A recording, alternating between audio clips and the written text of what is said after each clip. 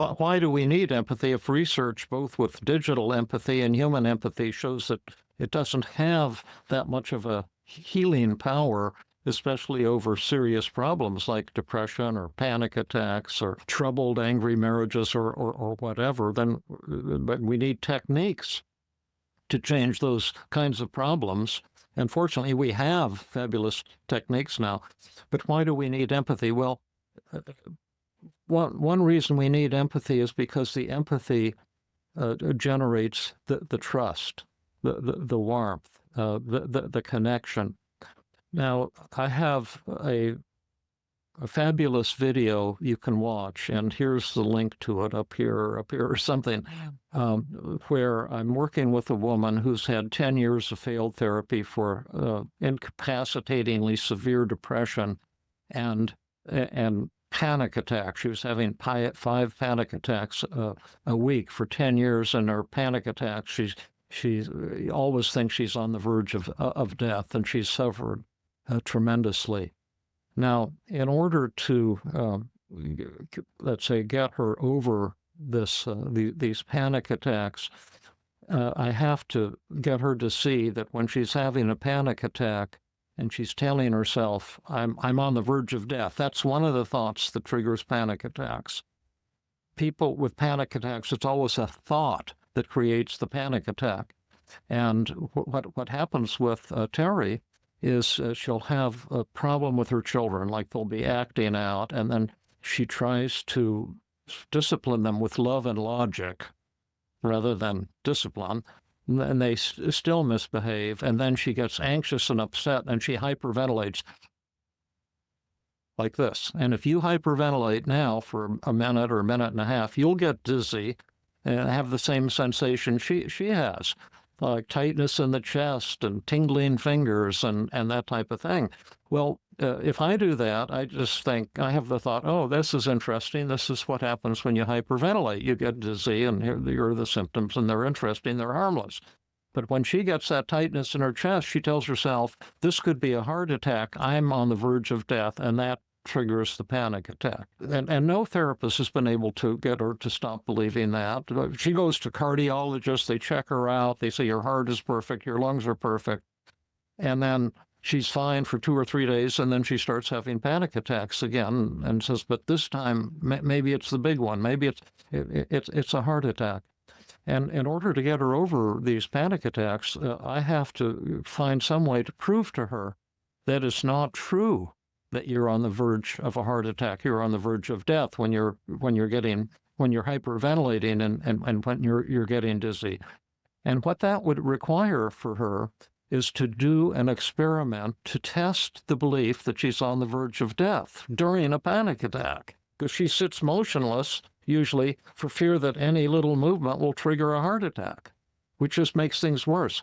And so what I'm going to want her to do is to I'm going to, with her permission, of course, I'm going to induce a panic attack, and then during a session, and then when she's at the height of her symptoms, I'm going to have her do an experiment and test the belief that she's on the verge of death by having her do strenuous aerobic exercises, jumping jacks, running in place, and see if she can bring on a heart attack.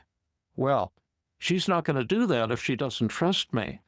And I had been getting perfect empathy scores from Terry, and she liked me, she trusted me, and I told her, I'm willing to go with you to the gates of hell, but that's what we're going to have to do if you want to be cured, if you want to get over this thing.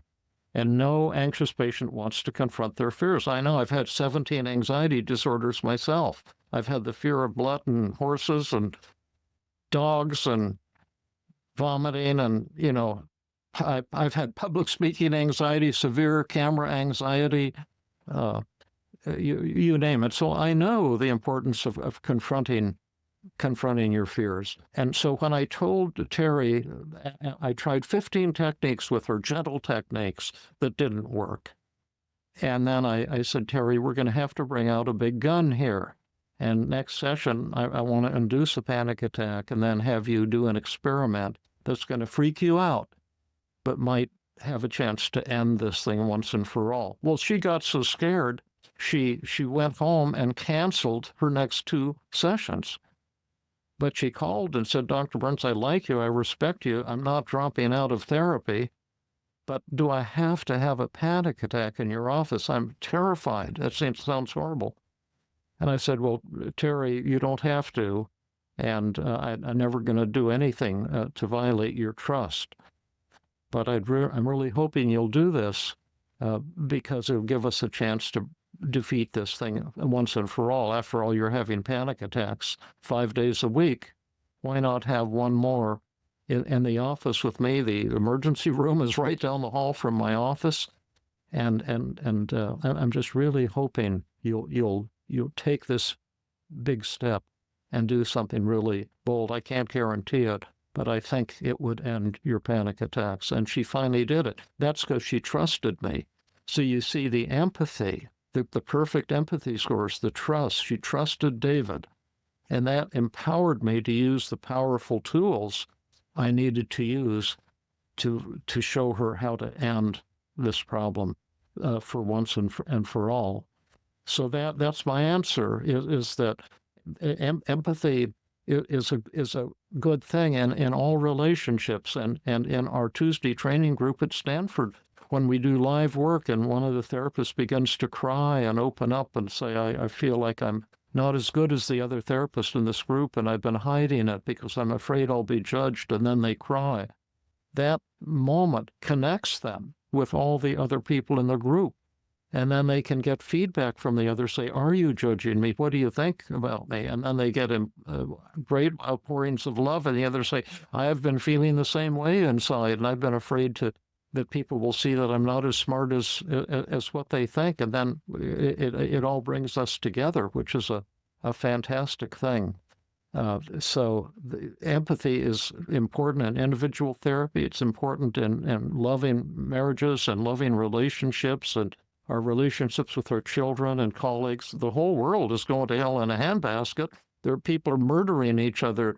And so empathy, we need love, compassion, seeing things through the eyes of the other person. And it's a great, wonderful thing. But it's not the cure for depression, for panic disorder, for OCD, for phobias, for addictions, and so on and so forth. And we have powerful tools, mind-blowing tools, unbelievably powerful and fast-acting tools.